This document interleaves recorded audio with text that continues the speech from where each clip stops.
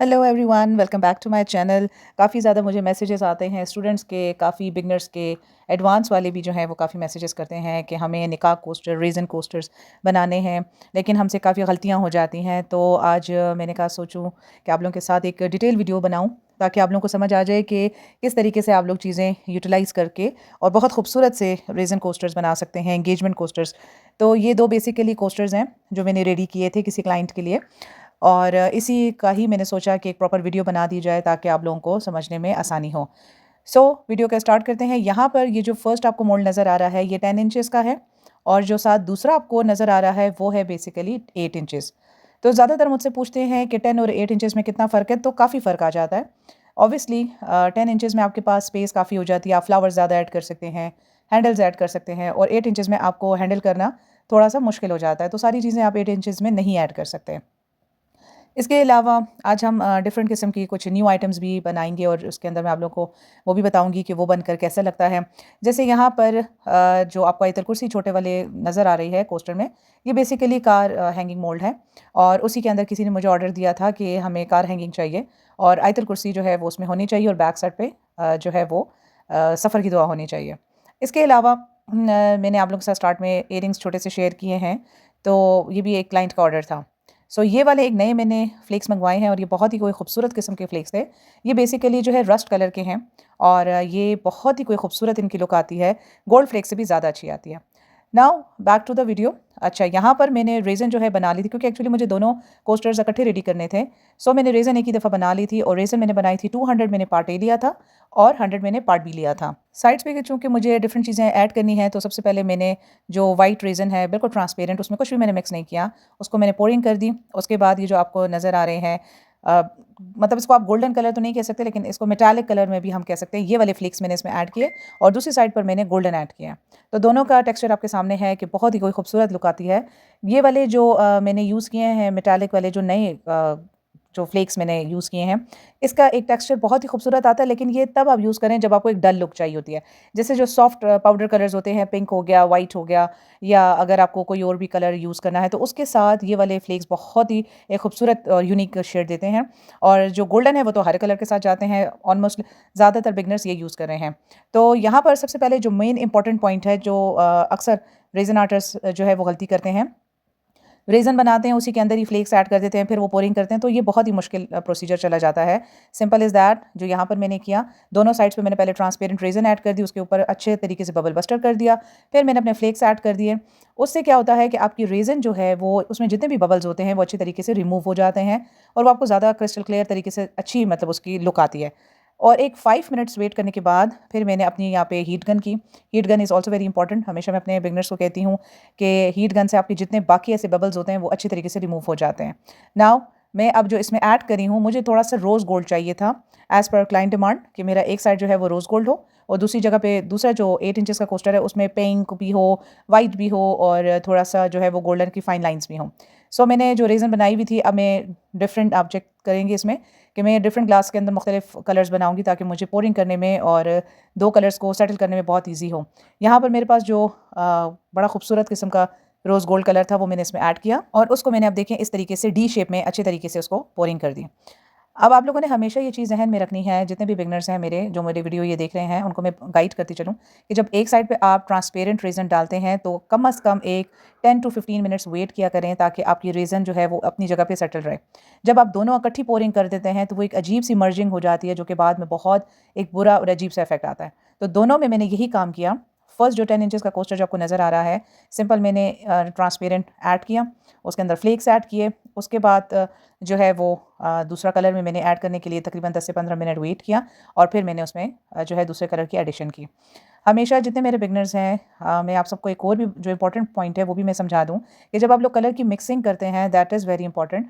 अच्छे तरीके से मिक्सिंग करें, क्योंकि वीडियो यहाँ पे मुझे फास्ट फॉरवर्ड पे लगानी पड़ती है। अगर मैं वीडियो को फास्ट फॉरवर्ड पे ना लगाऊं, तो कम से कम 2 से 3 घंटों की वीडियो हो जाएगी, और वो हर कोई इतना, किसी के पास फारा टाइम नहीं है कि वो बैठ के इतना लंबी जो है वो वीडियो को देखें। तो ये इंपॉर्टेंट पॉइंट्स हैं, हमेशा ज़हन में रखें। जो 8 इंचेस में देखें मैं पोरिंग कर रही हूँ, तो वहाँ पर मैंने वाइट के अंदर हल्का सा रोज़ गोल्ड डाला, क्योंकि हर क्लाइंट के अपने कलर्स होते हैं। कोई कहता है वाइट हो, कोई कहता है प्योर गोल्ड हो, कोई कहता है ब्लैक हो, मैरून हो। So always keep in mind कि पहले आप अपने क्लाइंट से डिस्कस कर लें उसको चीज़ क्या चाहिए, उसके बाद अच्छे तरीके से कलर्स की मिक्सिंग और जो चीज़ उनको पसंद है उस तरीके से कस्टमाइज़ करें। अब यहाँ पर क्योंकि विंटर्स है तो आपको पता है रेज़न जल्दी एकदम हार्ड हो जाती है, और सबसे बड़ा प्रॉब्लम ये है कि इस कलर को जब मैंने इसमें मिक्स किया तो इसमें कुछ-कुछ जगह पे थोड़े से चंक्स रह गए थे। तो वो मैंने क्या किया, सिंपल इज़ दैट, ग्लव्स पहने और हल्का-हल्का सा कलर को प्रेस कर रही हूँ, तो वो जो है रेज़न में मिक्स हो रहा है। तो आप लोगों ने घबराना नहीं है, अगर आप लोगों को लग रहा हो कि आपकी रेज़न थोड़ी-थोड़ी हार्ड हो रही है, तो हेयर ड्रायर अपने पास करीब रखें, जो कि हर बंदी के घर में अवेलेबल होता है। हेयर ड्रायर करते जाया करें साथ-साथ, तो उससे क्या होता है आपकी रेज़न एकदम से नरम हो जाती है, पतली हो जाती है, लिक्विडी। तो ये कुछ टिप्स हैं जो कि रेज़न आर्टिस्ट को हमेशा ज़हन में रखने चाहिए। पैनिक कभी भी मत करिए। उसके बाद जब बबल्स तो आपको पता है हमेशा से रेज़न में होते ही होते हैं। आप कितनी भी अच्छी किस्म की रेज़न खरीद लें तो बबल्स होते हैं। मैं ये बात मानने को तैयार ही नहीं हूँ कि जब भी आप रेज़न खरीदते हैं, एक्सपेंसिव भी लें या सस्ती भी लें, तो आगे से जी जवाब ये होता है वेंडर का कि मैडम इसमें तो बबल्स नहीं होंगे। बहुत गलत बात, ऐसा कभी भी नहीं होता। मेरे जितनी भी मैंने एक्सपेंसिव भी लिया, मैंने 6-7 हज़ार की भी रेज़न के बॉटल्स खरीदी हैं, लेकिन उसके अंदर भी बबल्स होते हैं। तो परेशान होने की ज़रूरत नहीं है। अगर आपकी रेज़न में बबल्स बन रहे हैं, कोई बात नहीं, हेयर ड्रायर भी करें, टॉर्च गन भी करें। It's a very best tools for reason, तो आपके पास ये होने चाहिए। अच्छा, एक साइड पे अब आपने देखा होगा कि मैंने कलर्स लगा दिए और कोई हैबत नहीं की, बड़े आराम-आराम से काम कर रही हूँ मैं, जबकि विंटर्स है और गर्मियों में भी रेज़न, बल्कि गर्मियों में आपके पास काम करने का टाइम ज़्यादा आ जाता है। तो ये यहाँ पर मैंने क्या किया, विंटर्स हैं, तो वीडियो बनाने का मकसद यही है कि रेज़न आर्टिस्ट को मैं सबको समझाऊँ कि पैनिक मत हो, जल्दी-जल्दी वाला काम मत करें क्योंकि आपकी चीज़ ख़राब हो सकती है।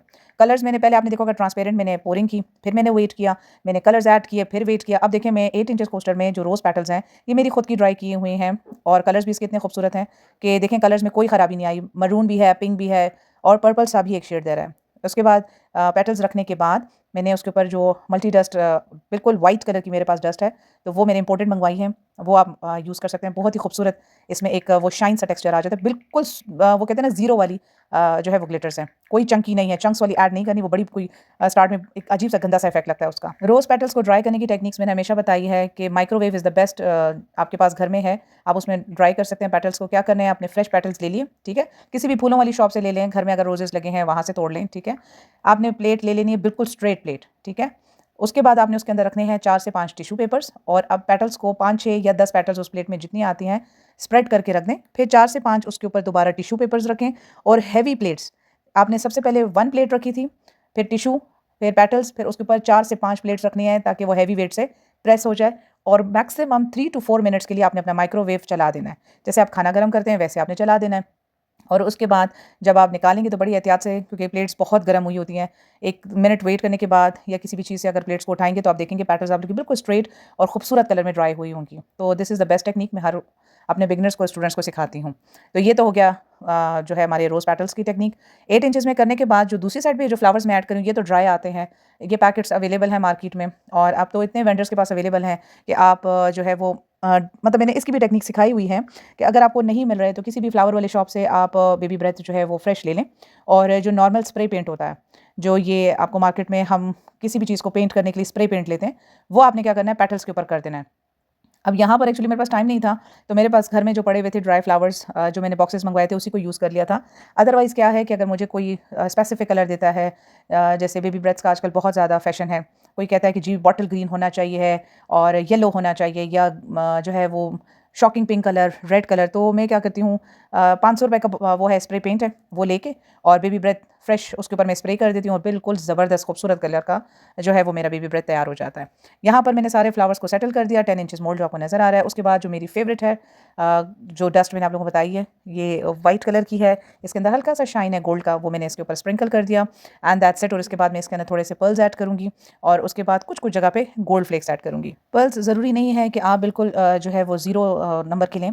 पर्ल्स यहाँ पे जो मैंने यूज़ किए हैं वो नॉर्मल लड़ियाँ जो मिलती हैं आपके लेसेस वालों के पास, तो बिल्कुल परेशान होने की ज़रूरत नहीं है। हमारे एक तो रेज़न आर्टिस्ट जो है बड़े परेशान हो जाते हैं कि बस ये चीज़ जो है ना हमें मेन रेज़न वालों के पास ही मिलेगी जो कि रेज़न का सामान बेचते हैं या रेज़न की शॉप से मिलेगी, ऐसा बिल्कुल भी नहीं है। बहुत आसान है ये ट्रिक्स। फ्लावर्स का मैंने आप लोगों को बता दिया, स्प्रे पेंट कर दें।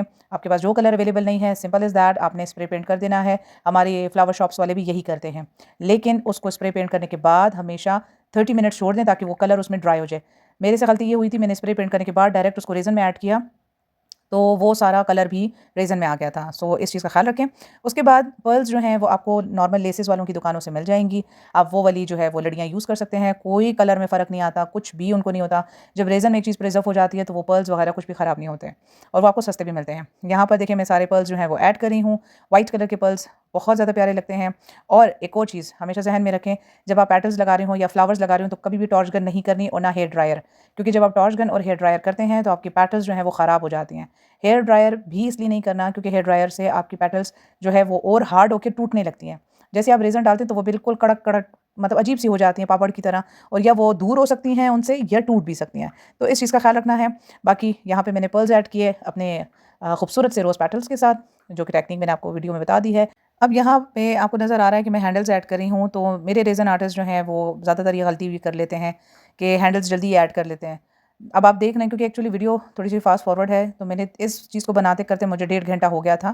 तो मैंने यहाँ पर हल्का-सा जो है वो रूलर रखा ताकि मुझे पता चल जाए मेज़रमेंट कि मेरे दोनों जो हैंडल्स हैं वो बराबर हैं, और बिल्कुल वो बराबर थे, दरमियान में थे। उसके अलावा जो रेज़न आर्टिस्ट गलती करते हैं कि वो आखिर में लगा देते हैं। बिल्कुल आखिर में मत लगाया करें, जब आपने जो चीज़ स्टार्ट में लगानी है लगा के और उसको छोड़ दें तो वो अच्छे तरीके से फ़िक्स हो जाते हैं। अब यहाँ पर मैं क्या कर रही थी, मेरे इयररिंग्स थे जो कि मैं क्लाइंट के लिए बना रही थी, तो मैंने क्या किया कि ये ग्लू बहुत ही कोई ज़बरदस्त ग्लू है। इसको आपने जस्ट अपने इयररिंग्स बनाने के बाद ये जो बैक साइड है उसको इस तरीके से इसके साथ अटैच कर लेने हैं। ये ग्लू हर जगह पे अवेलेबल है, हर जगह से आपको ईज़िली मिल जाती है, जो कि ये सिल में सितारे का काम करते हैं। जब आप उनसे कहेंगे ना कि हमें स्टोन्स की ग्लू चाहिए, तो वो आपको ईज़िली आपको ये ट्यूब हर जगह से मिल जाएगी। तकरीबन कोई 1000 की भी है, 1200 की भी है। तो इसमें आपकी मर्ज़ी, आप जितने उस पे लेना चाहें, छोटी ट्यूब लेते हैं, बड़ी ट्यूब लेते हैं। So this is the easy way. और अगर आपको इयररिंग्स बनाने के लिए ये ट्यूब अवेलेबल नहीं है तो आप एल्फ़ी के साथ भी कर सकते हैं। एल्फ़ी से 2-4 ड्रॉप्स दें और उसके बाद आप इसको जो बैक साइड का स्टॉपर है वो इसके साथ लगा लें। यहाँ पे आप देखें मैं बबल बस्टर कर रही हूँ। Bubble buster is very important.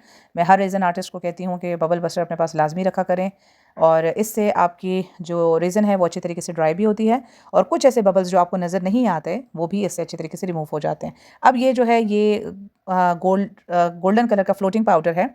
इसको सिंपल मैंने क्या किया, हल्का सा टच कर रही हूँ और इस तरह राउंड राउंड घुमा रही हूँ, क्योंकि इसमें मुझे हल्की-हल्की फाइन लाइन्स चाहिए।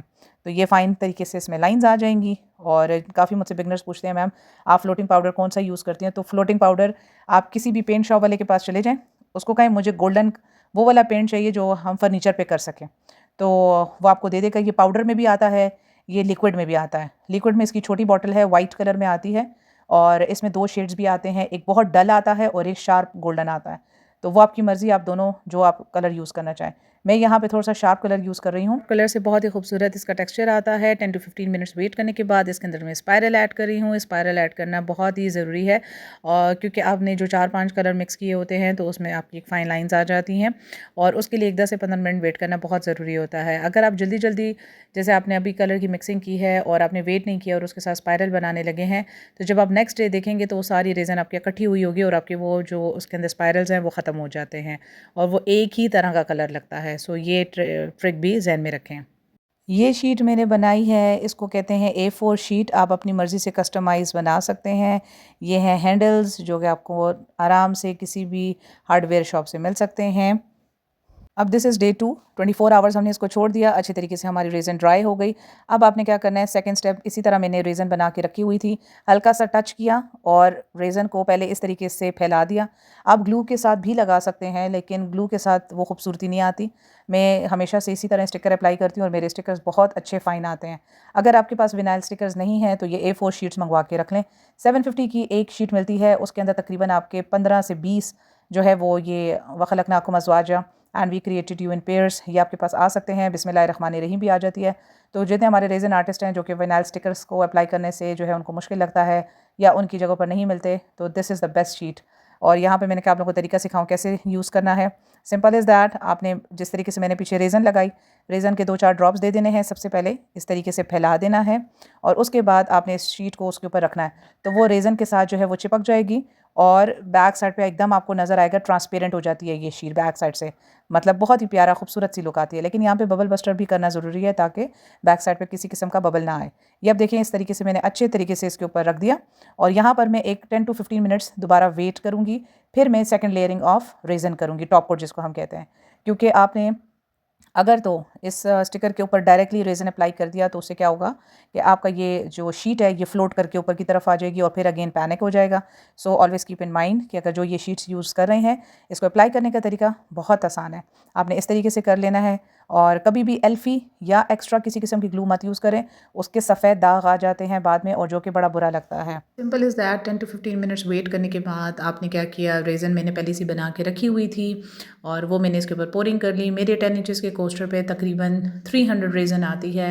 150 में फ़र्स्ट लेयरिंग में यूज़ करती हूँ और 150 मेरी दूसरी लेयरिंग में आती है, तो आप भी ये कर सकते हैं। अच्छा, दूसरी जगह पे देखें आग सी लगी थी, इस चीज़ का बहुत ख्याल रखना है कि जब भी आप बबल बस्टर करें तो मैं हमेशा अपने रेज़न आर्टिस्ट को करती हूँ कि उसके ऊपर किसी भी किस्म का टॉर्च ना करें। टॉर्च करने से उसमें आग लग सकती है और आपके पेटल्स, आपका कोस्टर ख़राब हो सकता है। और सिंपल इज़ दैट, मैंने इसके ऊपर रेज़न की पोरिंग की और उसके बाद मैंने हल्का सा टॉर्च गन किया, हेयर ड्रायर भी किया, बबल बस्टर भी किया, ताकि मुझे इसमें किसी किस्म के बबल्स नहीं चाहिए थे क्योंकि ये बिल्कुल अब टॉप कोट था और ये फाइनल कोटिंग थी हमारी। तो एक तरीके से ये एक इंपॉर्टेंट ट्रिक मैंने आप लोगों के साथ शेयर कर दी। ज़्यादातर जो आर्टिस्ट हैं जो कि सिखा रहे हैं, क्लासेस देते हैं, वही चीज़ें नहीं बताते, लेकिन मैं हमेशा अपने स्टूडेंट्स को या जो मेरी वीडियोस देख रहे हैं, मैं हर चीज़ बहुत अच्छे तरीके से क्लियरली बता देती हूँ कि आप ये चीज़ यूज़ करें, आप पैसे बचा सकते हैं, अपना टाइम बचा सकते हैं और चीज़ों में खूबसूरती भी ला सकते हैं।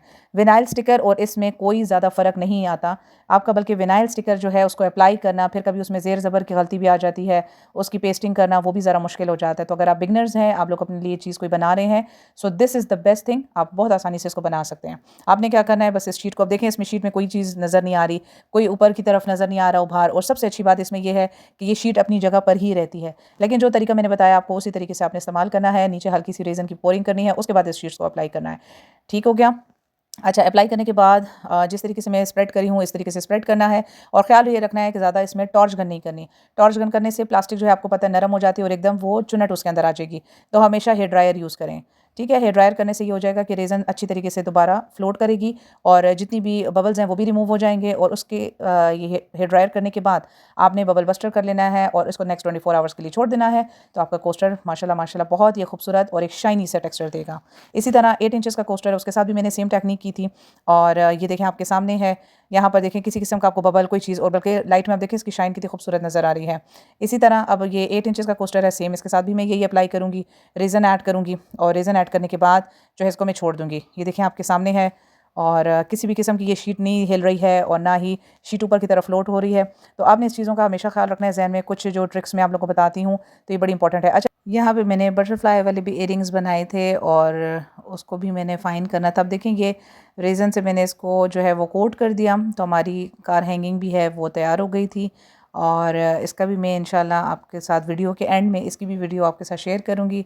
अब ये देखें बटरफ्लाई वाले मैंने इयरिंग्स बनाए थे और मुझे लग रहा था कि ये थोड़े हैवी बने हैं, तो इनकी जो बैक साइड पे स्टॉपर है वो लूज़ हो रहा था, वो टूट ना जाए। तो मैंने क्या किया कि थोड़ी थोड़ी इसके ऊपर भी रेज़न ऐड कर दी थी और उसके बाद जो है वो ये भी बड़े प्यारे खूबसूरत से फ़ाइन बन गए थे। इसको देखिए मैं अच्छी तरीके से लिटा रही हूँ और पहले रेज़न को अच्छे तरीके से मैंने कोट कर दिया। हल्की पतली कोटिंग करने से ये हो गया तो कि ये जो इसका स्टॉपर सा निकला हुआ है वो फिक्स हो गया। मतलब हमारा जो है छोटे से टेक्निक्स आप करके अपनी चीज़ों को खुद ही चीज़ें ठीक कर सकते हैं। और एल्फ़ी मेरे पास थी नहीं, तो मैंने रेज़न का ये हल्का हल्का सा, ये देखें एक तरीके से बेस बना लिया, टॉप कोट जिस तरह कहते हैं, बनाकर। और जब दूसरे दिन ये मेरे ड्राई हो गए तो ये बहुत ही अच्छे तरीके से फिक्स हो गए थे इसके अंदर। सो आज की सारी चीज़ें मैंने आप लोगों के साथ शेयर की कि मैं किस तरीके से बनाती हूँ। ये है फाइनल लुक और ये 10 इंचेस का कोस्टर है। जब ये बिल्कुल रेडी हो गया था, फाइन हो गया था, तो ये उसकी पिक्चर्स हैं और कुछ वीडियोस जो हैं जो मैंने बनाई थी मेरे इंस्टाग्राम के पेज पे मौजूद हैं, तो वहाँ पर भी आप देख सकते हैं। जो कार हैंगिंग है वो 2 तरीके से मैंने बनाया था। एक साइड पर उसके रोजेस थे वो मैंने प्रिजर्व किए थे और दूसरी साइड पर उनकी आयत लगाई थी। ये 10 इंचेस का कोस्टर है, इसके अंदर रिंग कोस्टर्स भी मैंने खुद बनाए थे, वो भी इसके अंदर नेक्स्ट वीडियो में मैं ज़रूर आप लोगों के साथ शेयर करूँगी। और यहाँ पर ये है इसकी फाइनल लुक, बहुत ही खूबसूरत शाइन आपके सामने नज़र आ रही होगी इस वीडियो में कि बहुत ही खूबसूरत फाइन टेक्सचर तरीके से बना है और आप लोग भी इस तरीके से बना सकते हैं। बाकी अगर कोई भी क्यूरीज हो, कुछ पूछना हो, कोई मैसेज करना हो, किसी भी किस्म के मतलब पूछना हो, कोई वेंडर्स का पूछना हो, ग्लिटर्स का, स्टिकर्स का, तो आप लोग ज़रूर मुझसे पूछ सकते हैं। आई ऑलवेज देयर कि मैं आप लोग की हेल्प करूँ। आज की वीडियो आप सबके लिए इन्फॉर्मेटिव रही होगी। अपना बहुत सारा ख्याल रखें, मुझे दुआओं में याद रखें। टेक केयर, अल्लाह हाफिज़।